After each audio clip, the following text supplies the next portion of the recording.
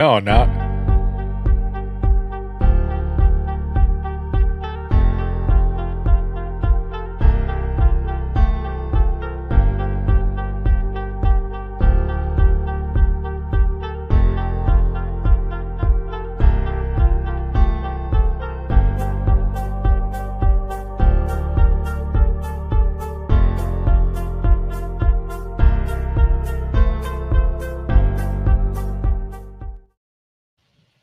oh, snap. Here we are. We are back and we are live. Holy moly. It is already the end of day one. I am here with my good friend Jen Poole of InDigital. Welcome back. Hey everyone. Oh, Nice to talk to you again, Ricardo. It's been a I day. know. Yeah. Yeah, I think we talked earlier today, something like that. At some point before our coffee. Yeah. Oh my lord. Yeah. Now, holy moly. Just so much stuff that's been going on today. But it has been awesome. It has been really good. And I'm excited. Let me hit this over here for Instagram. There we go. Now it's live over there on that side. I hadn't hit the go live button over there on that side. I saw the screen. We're talking and I'm looking over at it and I thought, where's the comments at? That's why, because I didn't hit the other thing there. So, we had an excellent day today for everyone who is joining.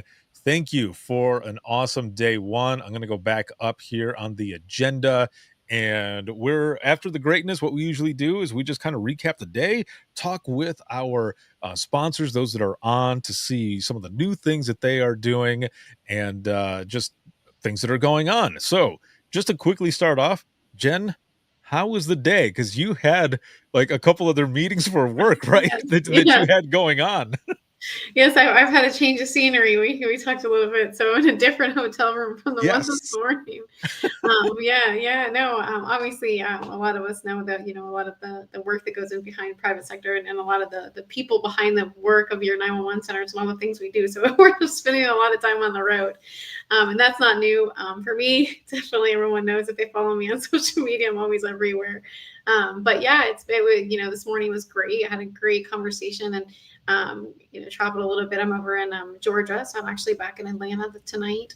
So got to spend some time with my Georgia friends and go to some meetings there and our state friends and things like that. So really exciting work going on here in Georgia. A lot of the 911 community changes coming here. That is awesome. I love Georgia. I was there just a couple of weeks ago, and I was at this really cool Airbnb that was just not even 5 minutes from the dispatch center in Cobb County. The problem, though, a little bit, was that my Airbnb was right on the corner of this main intersection that was not far. It was just around the corner from the PD as well as EMS and fire. So every call, like everyone is just hauling ass by me and stuff. And one of my good friends, Emily, I had texted her and I said, "What is going on?" She goes, "I'm on phones." I was like, "Okay, you need to get off phones." And like Yeah, some of her coworkers too were like, "She needs to get off phones."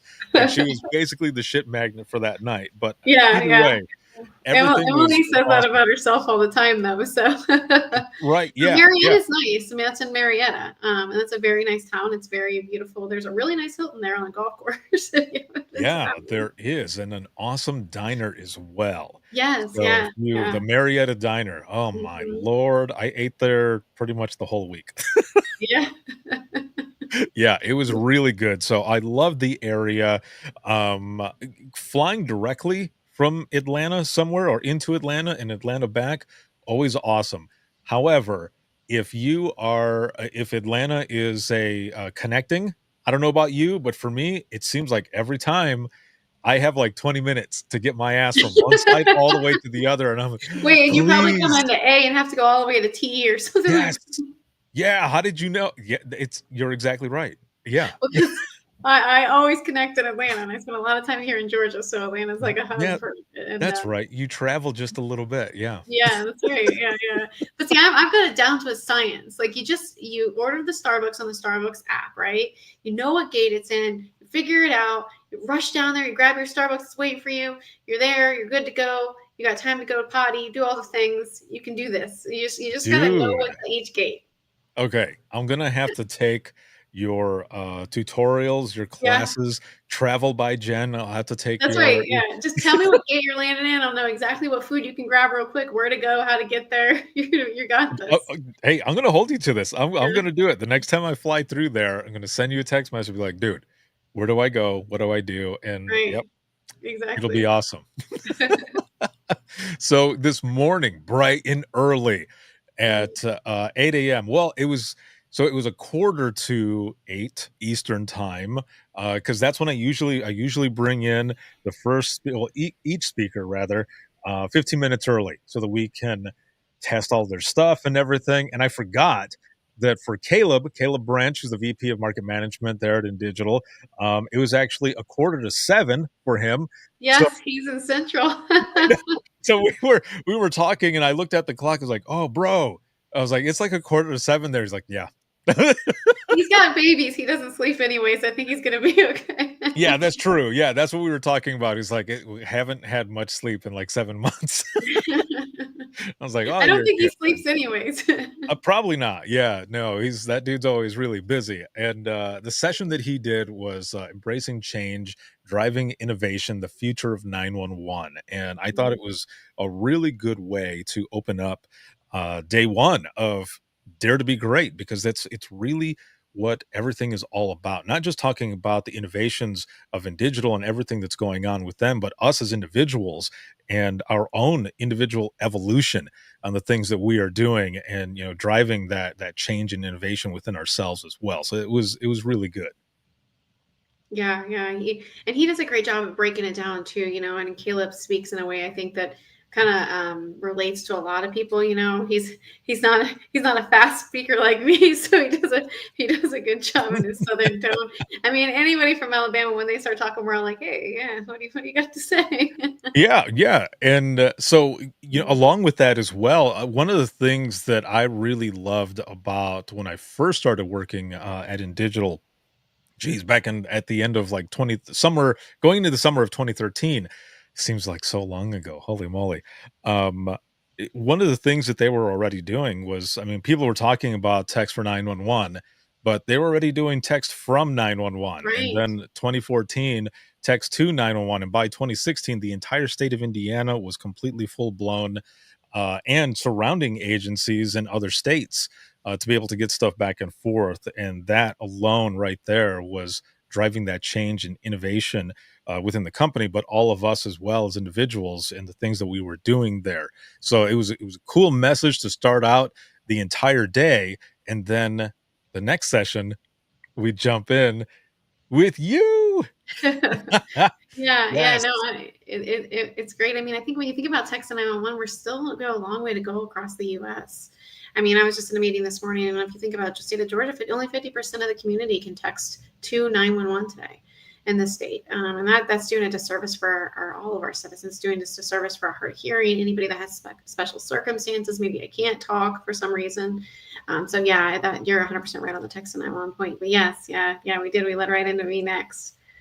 That's right. And your session was called Finding a Home and Family in 911. Tell us about this, please. Yeah, yeah. Well, I think for me, I don't, I talk a lot about this. I've done this presentation a few times, and I'm kind of honing in on a little bit more that I want to talk about because I have so much I want to say, and I sometimes, and everyone who knows me knows, I'll say a whole lot, but I may not always get every key point out that I want to say because I have so much I think I need to say. Um, but yeah, I think for me it was a interesting transition from public to private, but also it's just in the public sector it's a hard transition in general. It's just like, and I loved what Sam was saying, we'll talk about her too, but some of the other presentations said the same thing. But um, just putting in your best for who you are, showing up for yourself. And I think that kind of resonates with what you were just saying about Caleb's presentation and all the things. And at the end of the day, I wanted to just have a chance to talk to 911. I want to get a chance to tell them that, hey, you're not alone. Number one, we're a team of people out here to support you. But always, always keep continuing to grow and learn and build your community, build your tribe, build your people. Because you can learn from that, and every no is a step in the right direction. And how do you put all that into words? How do you sit down and tell someone that's staring at you up on a stage Oh yeah, like, oh, it's easy for her to get up here and talk, but goodness gosh, it was not easy for me. And I have gotten better through the years as a speaker. I would say.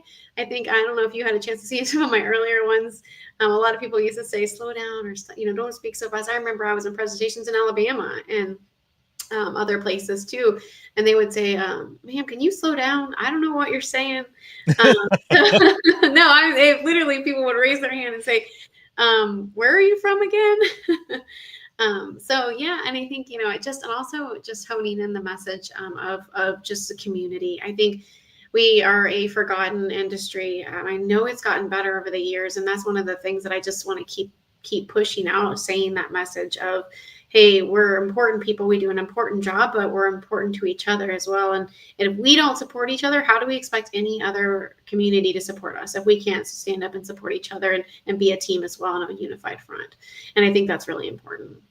I fully agree. That is definitely important. It's one of the things that I tell people as well in this communication course that I teach, because that it's a back to basics on communication, but really just like bridging the gap between whether it be new or seasoned dispatchers or just season and season, that communication piece completely. And I bring up reclassification as well. Everybody will end up saying, yeah, yeah, we need this, we need this, I love that, we need to have it, and this and that, but I add in that piece that, well, if we can't recognize each other now, how do we expect the government to recognize us? Like, we have to do that first. Right, 100%. And I think, we're I've heard a lot of presentations over the years talk about this, but we want to sit here and we want this recognition, and we say all these things, but we're not really acting on them. We're not really taking in that, putting it into motion. And it starts with every frontline telecommunicator. It starts with the people that are answering the 911 calls. It's You have to continue down that path. We have to instill into them, and they have to know that, hey, they're more than just a telecommunicator. They have a voice in so many levels now with social media. We can do so much with social media. We don't have to be a supervisor, we don't have to be a manager, we don't have to be a director of a 911 center to say, hey, I'm a 911 operator and I support our community, and here's how I do it.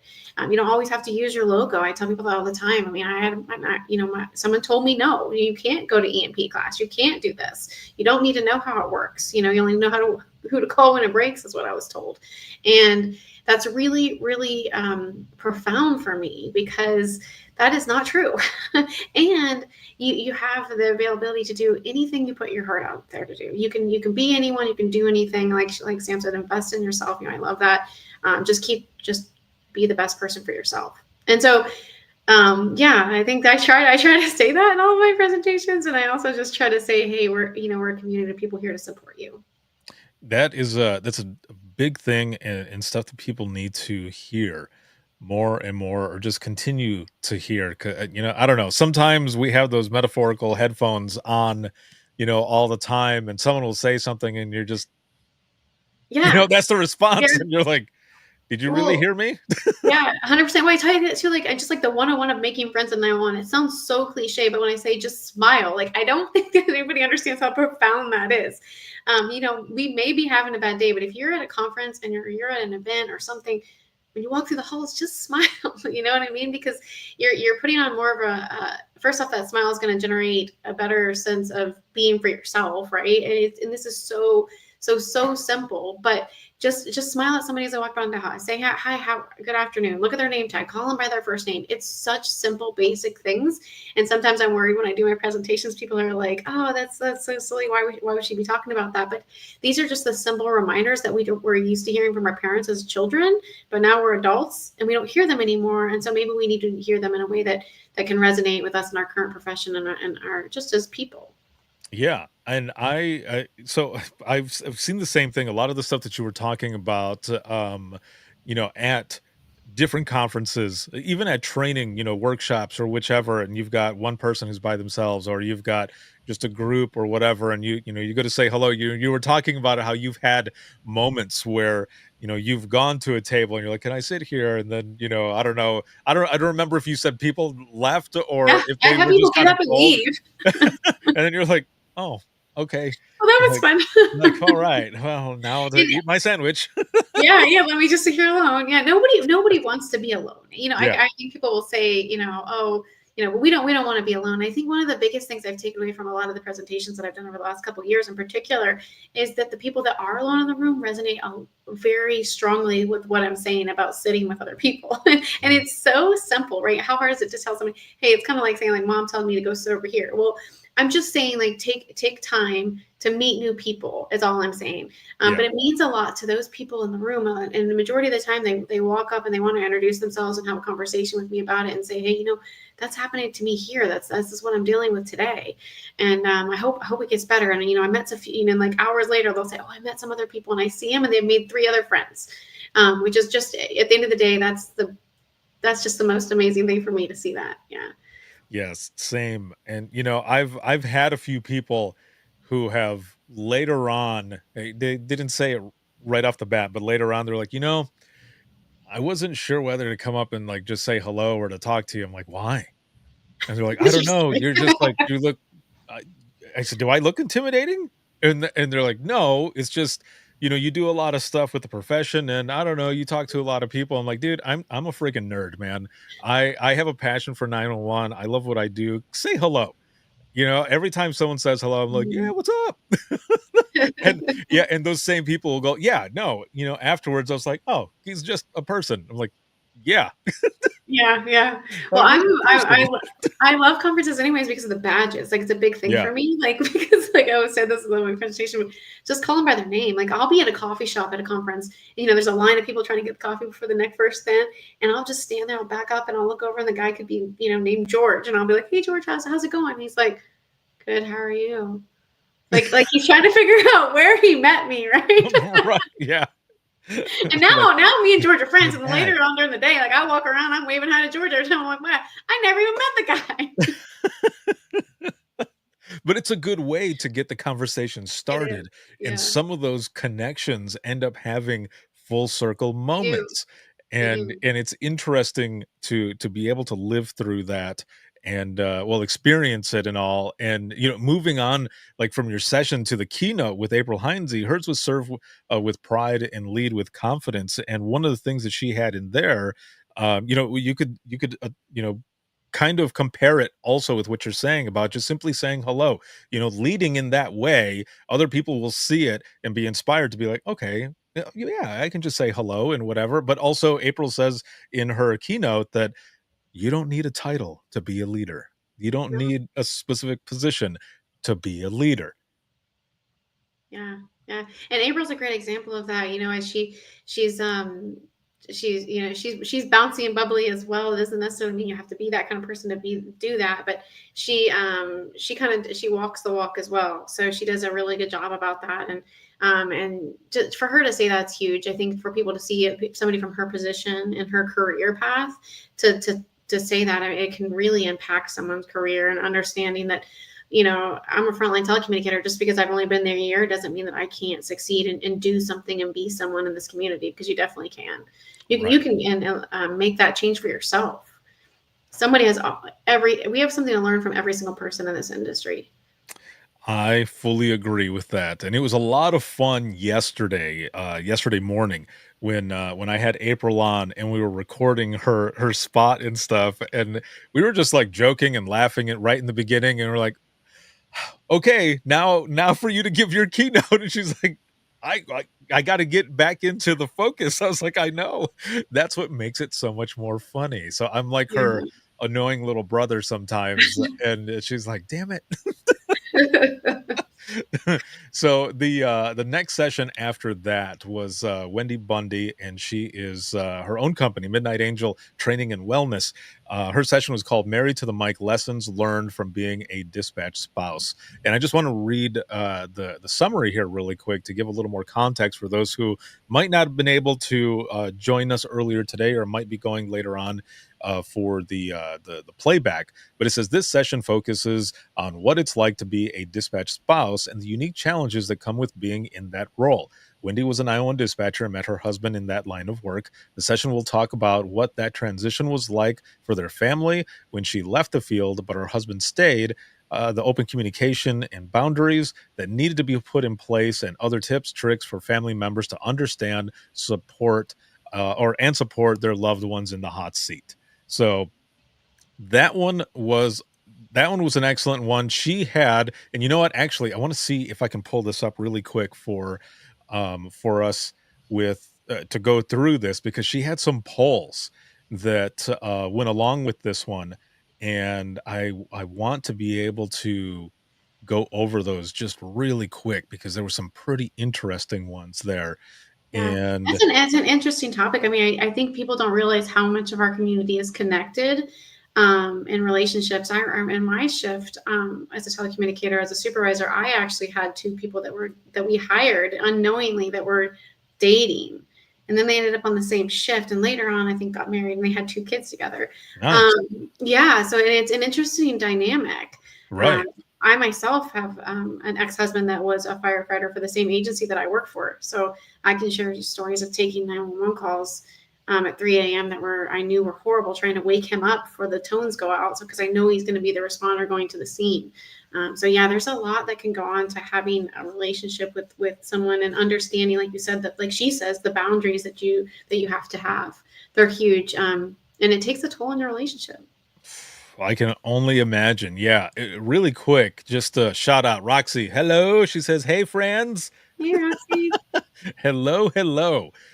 So one of the things that was mentioned here, or one of the polls, there was four of them. So I just want to mention them here really quick. The first one was, how many of you struggle to connect with your spouse or your family? Now this was almost even. It was 42.31% yes, and then 57.69% no.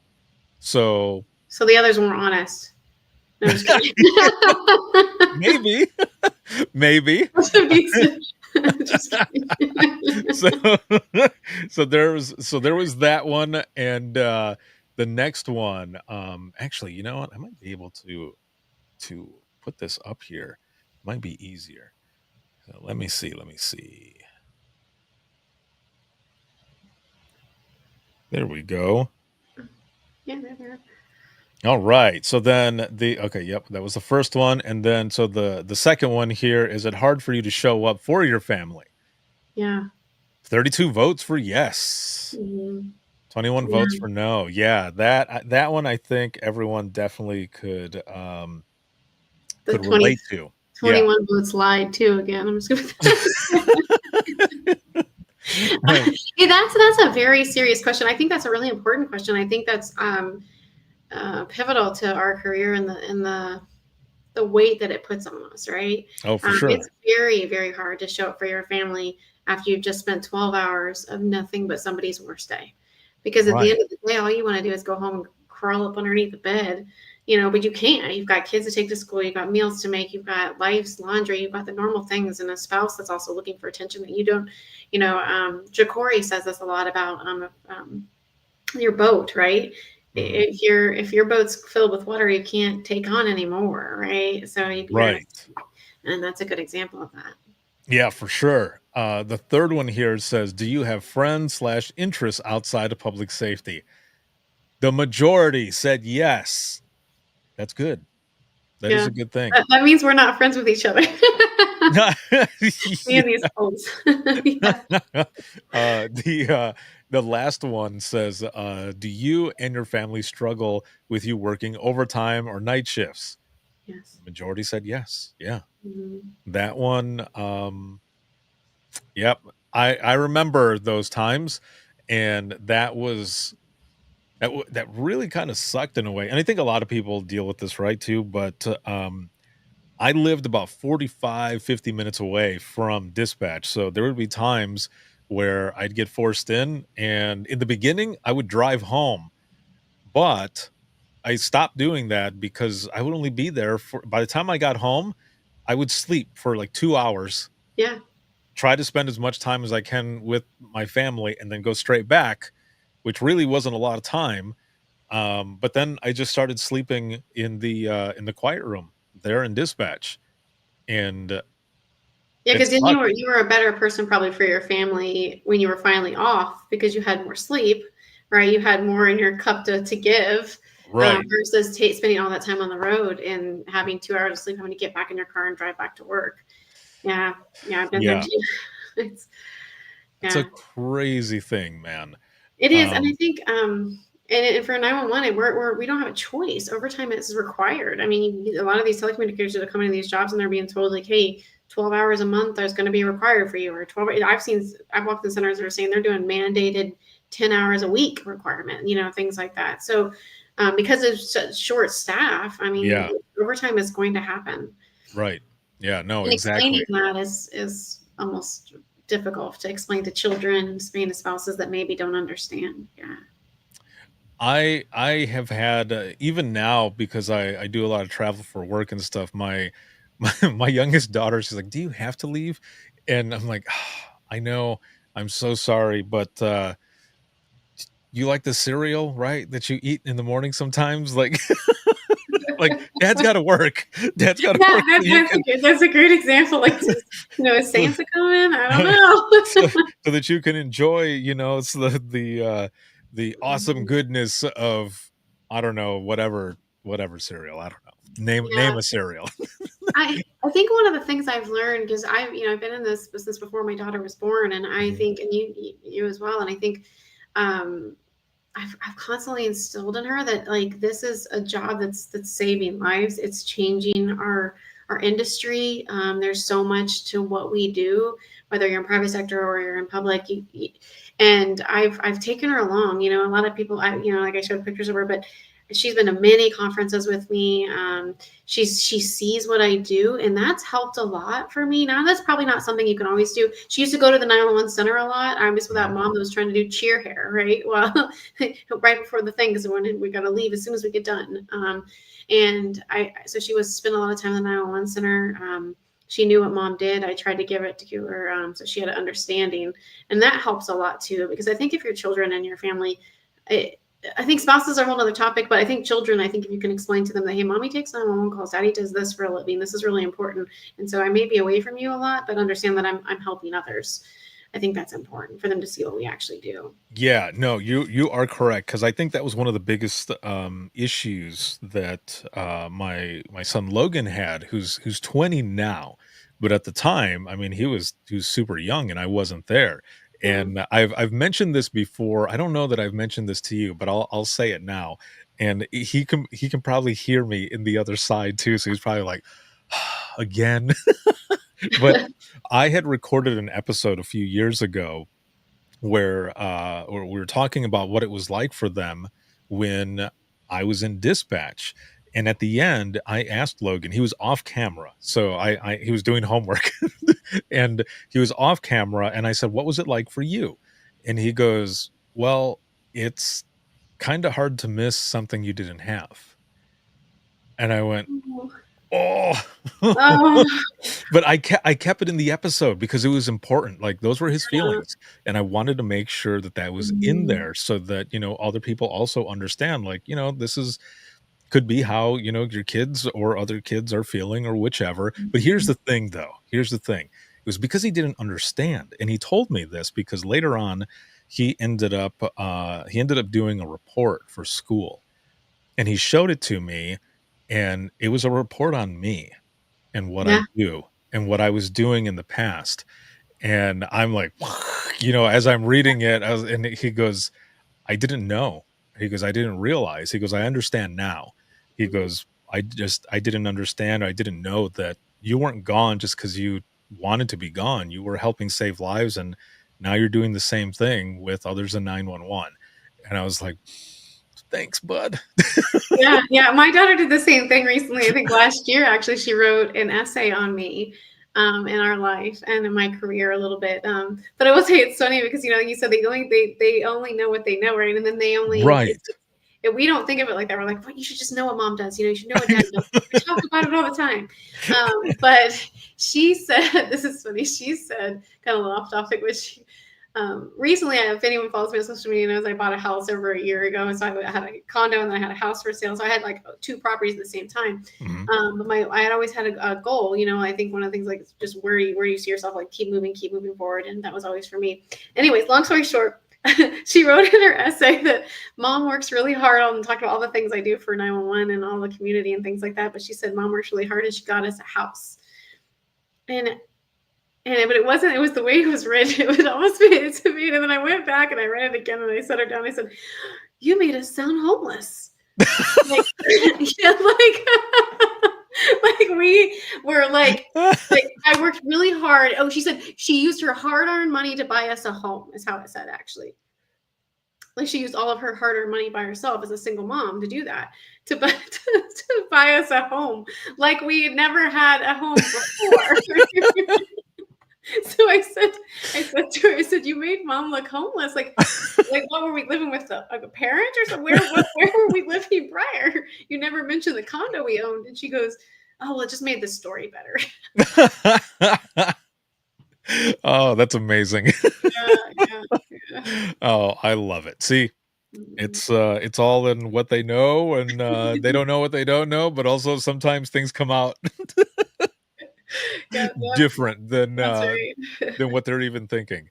Um, so the session after that was Ruth Lagerquist. If she's Yeah. watching, Lager, I got it, Lagerquist, and she did 911 all over the world. That was really cool, man. There was a lot of stuff that she had put out there from just the way dispatch is done, or 911 is done, rather, emergency services all over the world, and it was really cool to be in there and listen. And she was talking about how, all of this came about, and she was just putting it all together. I thought it was really cool that she put that out there. That was very informative. Well, Ruth is amazing. I had a chance, if she's on, I'm not sure. Hi, Ruth. I had a chance to meet Ruth a long, long, long time ago. I feel like it was so long ago now. And she was, she was at the Montana conference, Mhm. and I was like, "Oh, you should totally, we get out there, do your presentations." And she started, and she's grown so much. And I've seen her all over now, like presenting, which is amazing. So I'm Yes. super proud of you, Ruth. Great job. And I love the presentations that she puts on too, because they're unique. Like you Mhm. said, they're different than what you see normally, and it's stuff that she's taken the time to learn and actually go ahead and educate us on too, which is amazing. Yes, I loved it very much. And the session after that was Lisa Dodson, and it was navigating your career journey. That one was really cool too, to hear her story. Um, that a lot of us are similar in the way that when we were getting ready to make the jump from dispatch to the private side, or others who have gone to different professions, out of 911 as well, each one of us was like, we were scared. We Yeah. were scared to do it, like, almost as if we needed that permission, because one of the things that I mentioned to her, and I don't know if you felt this way when you were leaving too, but when I was leaving, I felt like I was betraying my folks, like my friends, my family there at the dispatch center. But ultimately, it was about, choosing myself, and also my friends there being like, "Look, the stuff that you're doing is not only going to help us in a way, but it hopefully eventually it'll help 911 too." And ended up leaving. It was scary as hell, but Yeah. everyone has that first step. Well, I think it's instilled in us as telecommunicators because we sit with our state retirements, right, and our Well, and yeah, our that great too. insurance for the most part usually. So, and it's kind of like, wait, why am I giving up this job that Mhm. is never going to give up on me technically? Besides, because I hate to say this, but 911 short staffed already. Unless you've done something really bad, you're probably going to keep your job in 911, right? So I think Right. that's a big safety net, right? And so you say, well, Yeah. do you take a jump into a different career path, whether that's a director at another center, or it's whatever that path may be, or if it's in private sector, like you mentioned. Yeah, I mean, we always sit back and go, oh man, I made a mistake. There's that. I always tell there's a 6 month window, right? Yes. When you switch jobs, give it 6 months, almost 6 months to a year even sometimes, because the first couple months are gonna be hectic. You're gonna go, oh god, what did I do? What do I do? This is a mistake. This was a mistake. But keep honing true into the path that you made that decision. Because and I like somebody said earlier too on one of the sessions, just reevaluating yourself every year, right? That's a really good thing to do, because you don't want to find yourself in a position where you're not happy in a role and you're not being the best you can be, or you're not being best for that company or that agency. And so it doesn't necessarily mean that like private sector is the best path for everyone. But maybe, like I said, maybe there's another center, maybe there's a director position. I think one of the guys from here from Florida wanted to be a director, and he ended up going all the way to another state. across the U.S. actually to become a director outside of Florida. And I thought, wow, how amazing was that? You know, he wanted to be a director so bad, and he couldn't get a job here in Florida, so he moved. He's on. He knows what I'm talking Yeah. about. He moved to another state to become a director as a 911 center. So you know, whatever that path may be, but yes, it was very. That's very true. I mean, you're like, yeah, go back. Am I rehirable? Did I give a 2 week notice?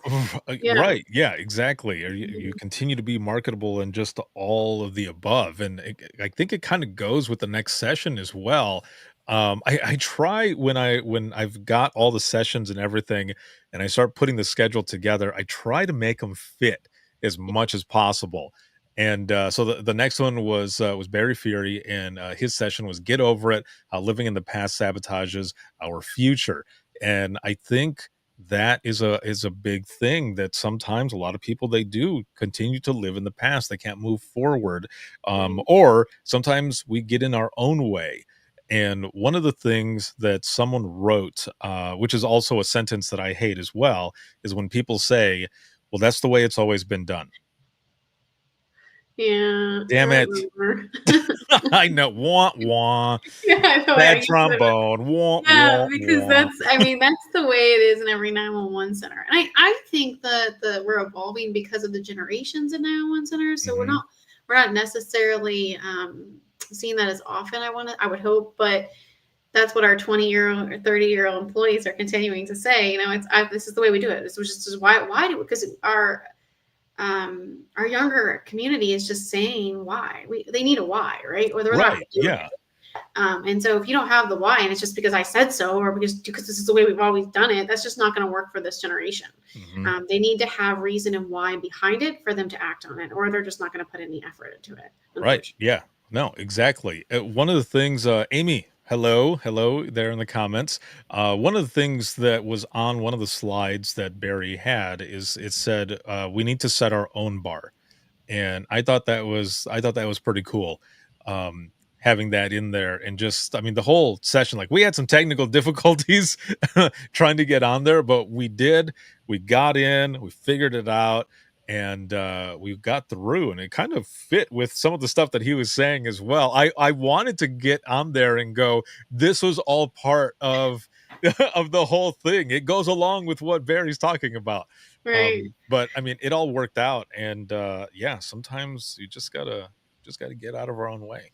And that's a hard thing to do in 911 because, like you said, this is the way we've always done it, right? So in a 911 center, you say, well, you know, let's say they send 2 people a year to a conference, and you're just sitting there, well, this is just how they always do it. They only send two. I can't go this year. Mhm. Or a national conference, or even the state conference. Or like, oh, we only send 3 a year. Well, that's just because they always do it that way doesn't mean that you can't go. Doesn't mean Right. that you can't find a source to do that. So, like he's saying, set that bar, right? So you can say, well, I think you know, I want to do this amount of work this year. I want to put in this amount of effort into my 911 career. And how am I going to do that? And if it means going to that conference to do that, and if it means I have to take my own money, my own PTO to do that, then that's part of the bar that you've set to make sure that happens. Mhm. Whether there's a scholarship or other opportunities.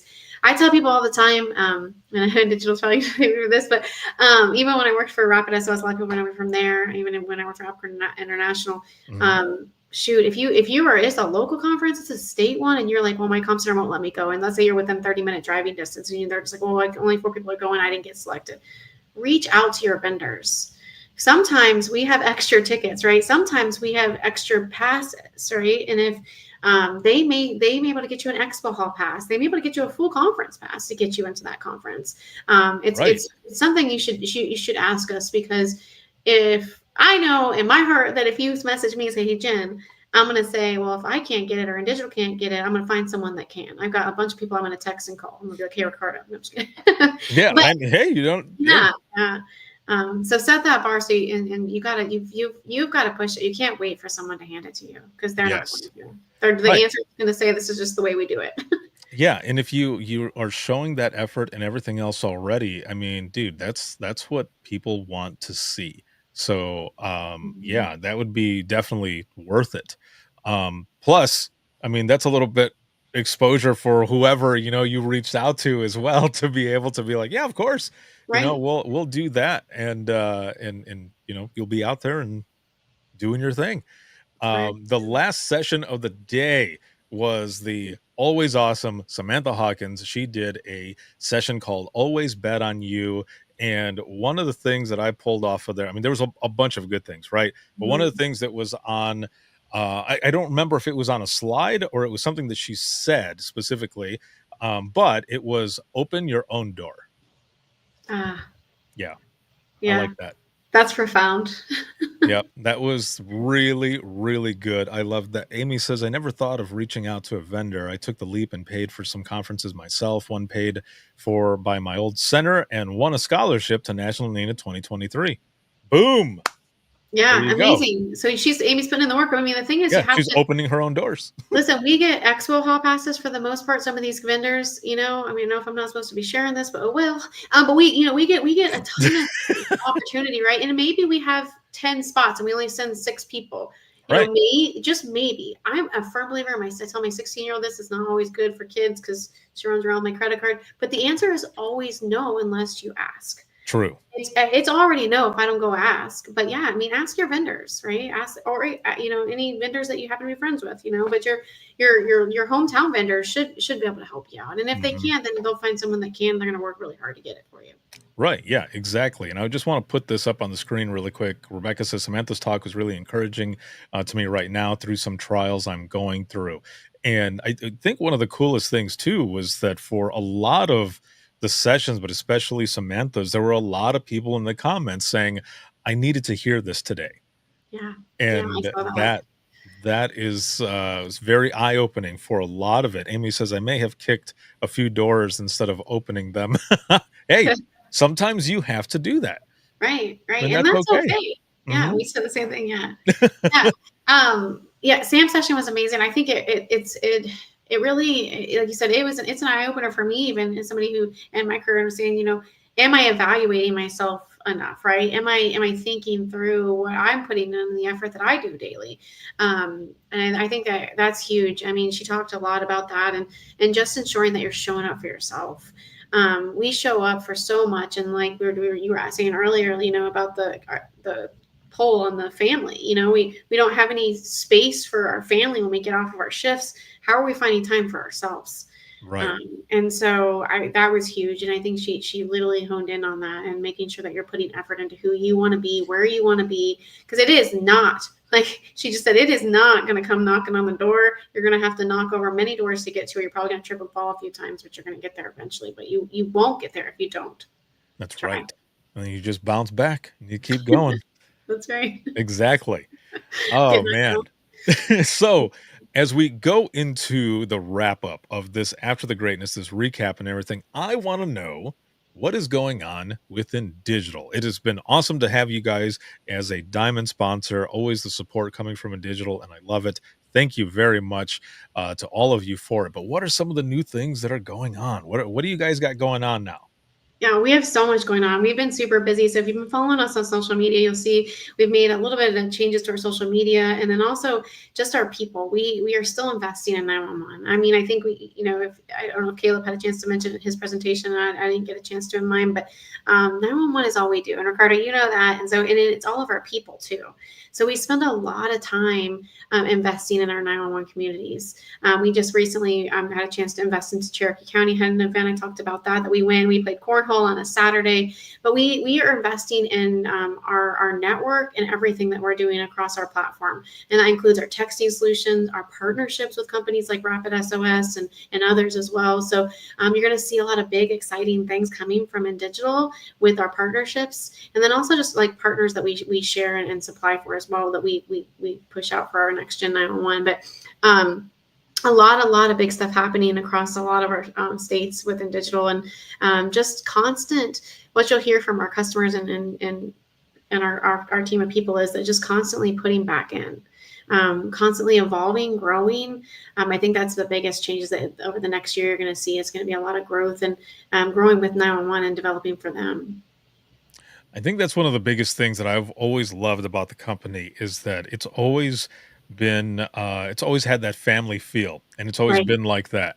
And Well, And that's harder to do as we continue Yes. to grow, right? Right. Yeah. We've a lot of people don't realize, how many agencies we actually support and how busy we actually are. And because we look like a small little company, but we're small enough to be that hometown 911 infrastructure for agencies, but large enough to be nimble and move and do different things and support our community. So it's just huge, and I think that's it's one of the reasons why I wanted to work for InDigital. It's one of the reasons why I'm here. Gosh, I hit May. I'll be on 2 years with InDigital, and this is all we do is 911. And so being able to have these conversations like we're having with you today and support conferences like this one, it's huge for us. We community is what we are, our 911 family, and we're here to support them and continue to grow with them, and just continue to provide a level of customer support and next gen 911 services that can grow with agencies, because this, I think you're going to see a lot of changes when it comes to next gen over the next year, 2 years. We've been saying that for 20 something years, but I really think that you're seeing a lot of changes happening across the US in particular. I love it. It continues to be exciting, and I wouldn't I wouldn't have it any other way. So Yeah, thank yeah. you.